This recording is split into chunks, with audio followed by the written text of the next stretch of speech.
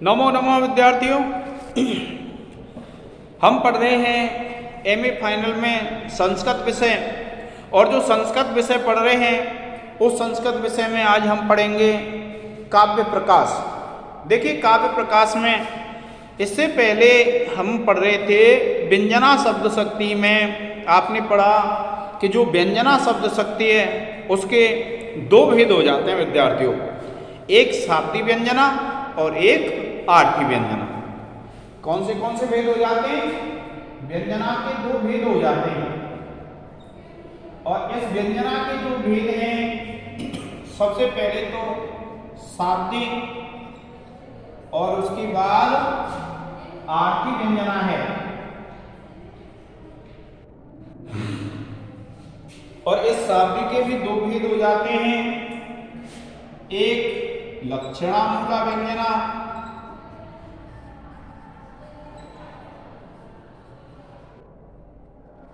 और दूसरी है अभिधामूला व्यंजना।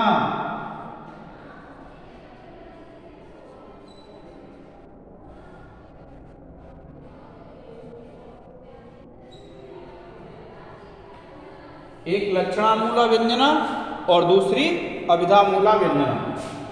अब देखिए, इसमें जब आपने पढ़ा तो उसमें क्या पढ़ा था कि आर्थी व्यंजना जो होती है उसके लिए यह कारिका दी है कवि ने कि वक्त्री बोद्धव्य काकुनाम वाक्य वाच्य अन्य सन्निदेह प्रस्ताव देश कालादेर वैशिष्ट्यात् प्रतिभा जुषाम यो अर्थस्य अन्य अर्थ धी हेतु व्यापारो व्यक्तिरेव सा।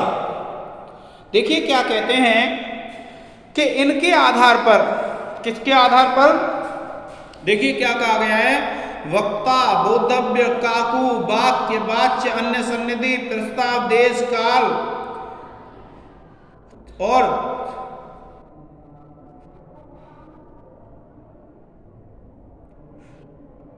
चेष्टा आदि के वैशिष्ट्य से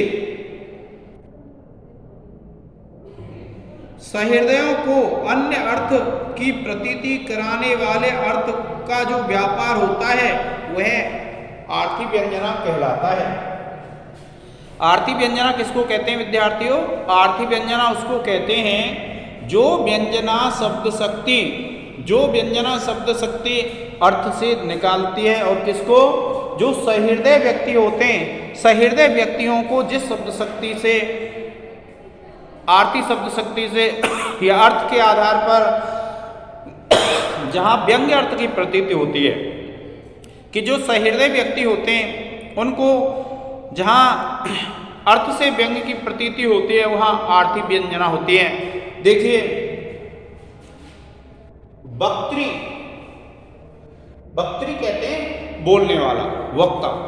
बोद्धव्य, बोद्धव्य कहते हैं जो जानने वाला होता है। काकुनाम, और जो काकोक्ति होती है। वाक्य वाच्य अन्य सन्निदेह, वाक्य और वाच्य की अन्य से सन्निधि, प्रस्ताव देश काल आदि के वैशिष्ट्य से। प्रतिभा जुषाम, प्रतिभा जुषाम कहते हैं जो सहृदय व्यक्ति होते हैं उनको यो अर्थस्य अन्य अर्थ धी हेतु है, जो अर्थ के अन्य अर्थ का हेतु होता है, व्यक्ति व्यापारो व्यक्ति देवसा, उसी को क्या है? व्यंजना शब्द शक्ति कहते हैं। किसको कहते हैं व्यंजना शब्द शक्ति? जिस शब्द शक्ति के द्वारा अर्थ से अन्य अर्थ की प्रतीति हो। देखिए क्या कहा है, अति प्रथुलम जल कुंभम गृहीत्वा समागता अस्मि सखी त्वरितम श्रम स्वेद सलिल निश्वासन निसहा विश्राम्यामि क्षणम।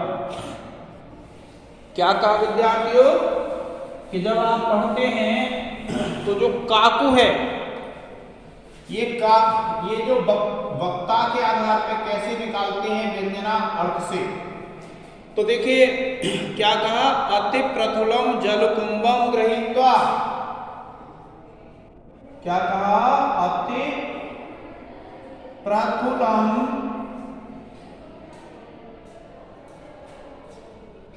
जल कुंभम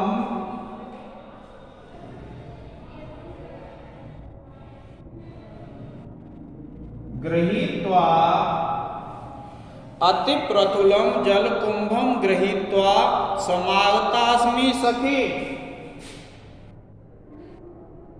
समागतास्मि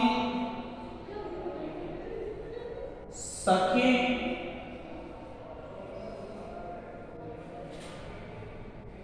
त्वरितम।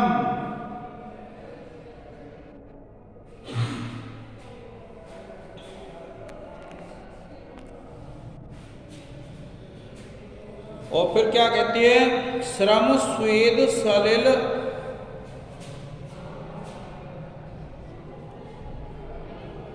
श्रम स्वेद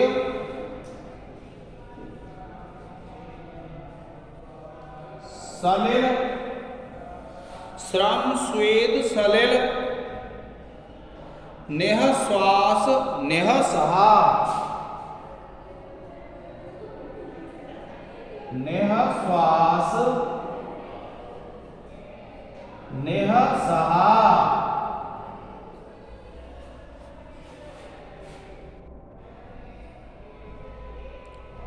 विश्राम्यामि क्षणम्।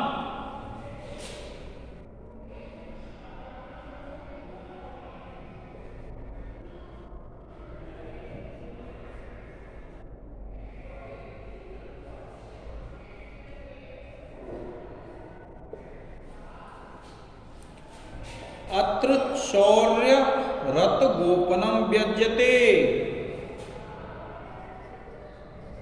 अत्र शौर्य रति गोपनम व्यज्यते।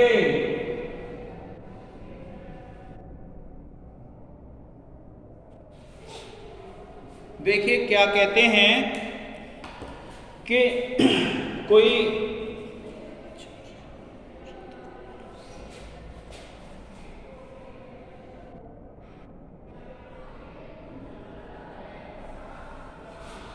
के अति प्रथुलम जल कुंभम गृहीत्वा के अत्यंत बड़े जल के कुंभ को ग्रहण करके समागतास्मि सखी त्वरितम के हे सखी मैं शीघ्र जल्दी जल्दी आई हूँ। और श्रम स्वेद श्रम कहते हैं थकान के पसीने के जल से नेह श्वास नेह सहा के नेह श्वास की श्वास लेने में और निसहा और बड़ी मुश्किल से।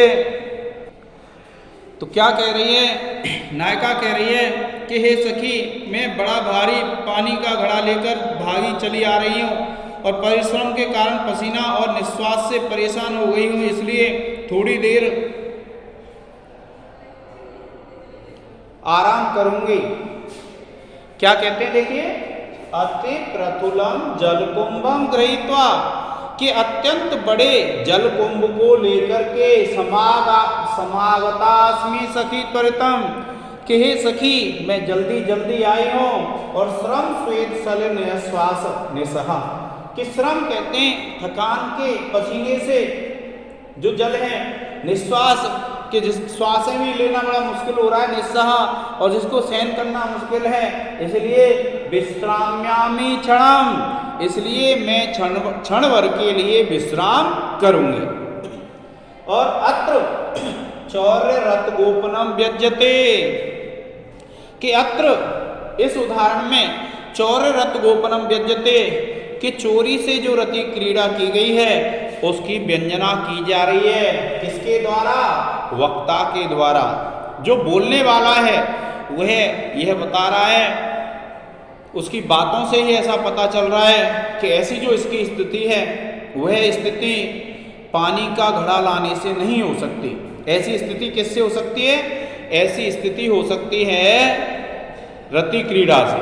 तो इसलिए क्या बताया गया है कि ये जो है, इसी प्रकार से देखिए दूसरा उदाहरण पढ़ेंगे हम बोधा के। बोधा किसको बोलते हैं विद्यार्थियों? जो जानने वाला होता है। तो देखिए बोधा का जो उदाहरण है वो कौन सा है? जो बोलने वाला सुनने वाला होता है। क्या कहा? औन्निद्र्यम दौर्बल्यम चिंता रसत्वम क्या है? औन्निद्रम,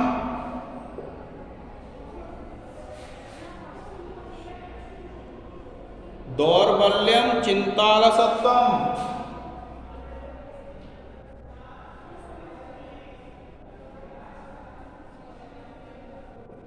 चिंतालसत्वम,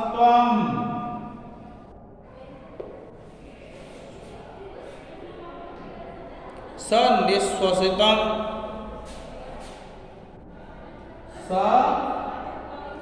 सनिश्वसितम,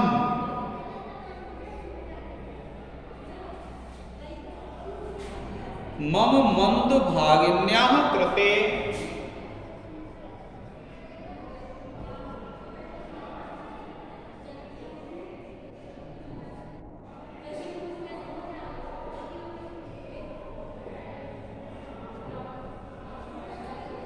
मम मंद भागिन्याः कृते सखी त्वाम अपि सखी त्वाम अपि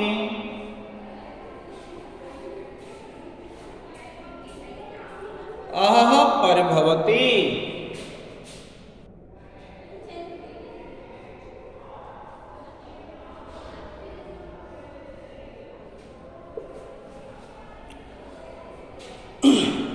अत्र दूत्याः तत्कामकोपभोगो व्यज्यते।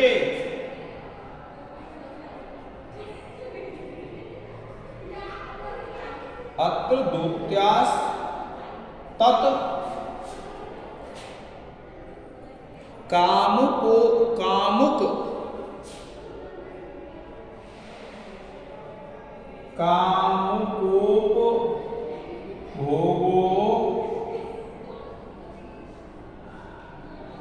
व्यज्यते।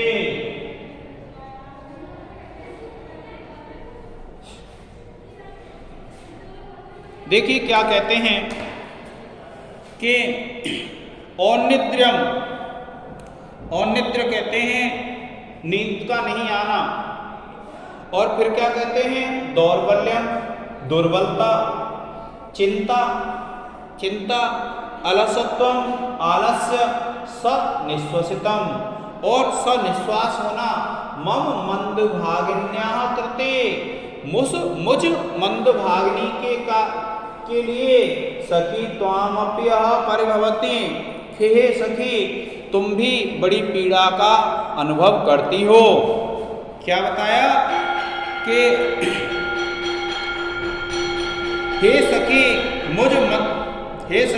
मुझ मंदभागिनी के कारण नींद का न आना, दुर्बलता, चिंता, आलस्य, निश्वास आदि तुमको भी भोगने पड़ रहे हैं। यह बड़े खेद की बात है। यह क्या है? एक नायिका अपनी सखी से कह रही है, और क्यों? क्योंकि इस उदाहरण में वह जो नायिका की सखी है वह उस नायक के साथ रति क्रीड़ा करके आई है। ये जो बोधा है, जानने वाला है, वह इस चीज़ को महसूस कर पा रहा है कि ये जो है वह उस सखी के नायक के साथ रति क्रीड़ा करके आई।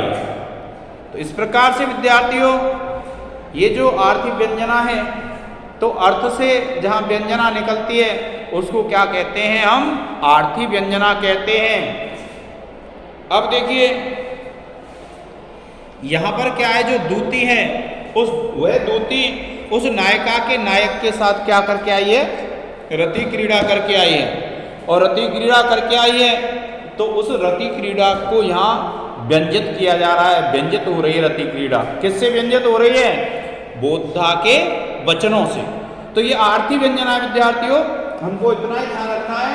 वक्त्री, बोधव्य, काकु, वाक्य, वाच्य, अन्य सन्निधि, प्रस्ताव, देश, काल आदि के वैशिष्ट से सहृदयों को यो अर्थ से अन्य अर्थ दी हेतु, जो अर्थ अन्य अर्थ की उत्पत्ति का जो हेतु होता है, और ऐसे व्यापार को ही क्या कहते हैं? व्यंजना शब्द शक्ति कहते हैं, आर्थी व्यंजना कहते हैं। ठीक है विद्यार्थियों, आज के इस लेक्चर में इतना ही। धन्यवाद।